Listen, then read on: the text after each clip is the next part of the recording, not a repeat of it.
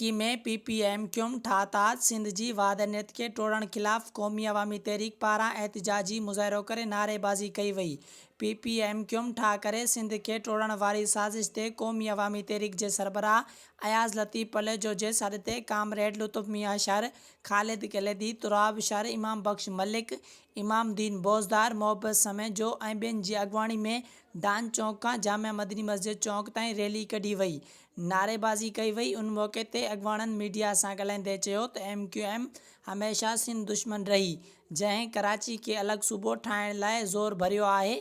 हाणे ताज़ो PP इक़्तिदार ख़ातिर सिंध दुश्मनी कंदे MQM सां ठाह कयो आहे ऐं उन्हनि जा समूरा सिंध दुश्मन मंसूबा तस्लीम करे वरिता आहिनि, जंहिं जी मज़म्मत कयूं था। असीं सिंध जा गैरतमंद पुट MQM ऐं PP क़यादत खे ॿुधाइण था चाहियूं त अव्हां जा नापाक इरादा कॾहिं बि पूरा थियण न ॾींदासीं। अॼु असीं चुताव था ॾियूं त सिंध जी वादनियत ते वार कयो वियो आहे त सिंध ख़िलाफ़ भरपूर एहतिजाज कबो। हिननि आला अदलिया ऐं ॿियनि इदारनि खां पुरज़ोर मुतालबो कयो त MQM PP ठाह जो नोटिस वठी सिंध जी वादनियत ते वार करण खां रोकियो वञे।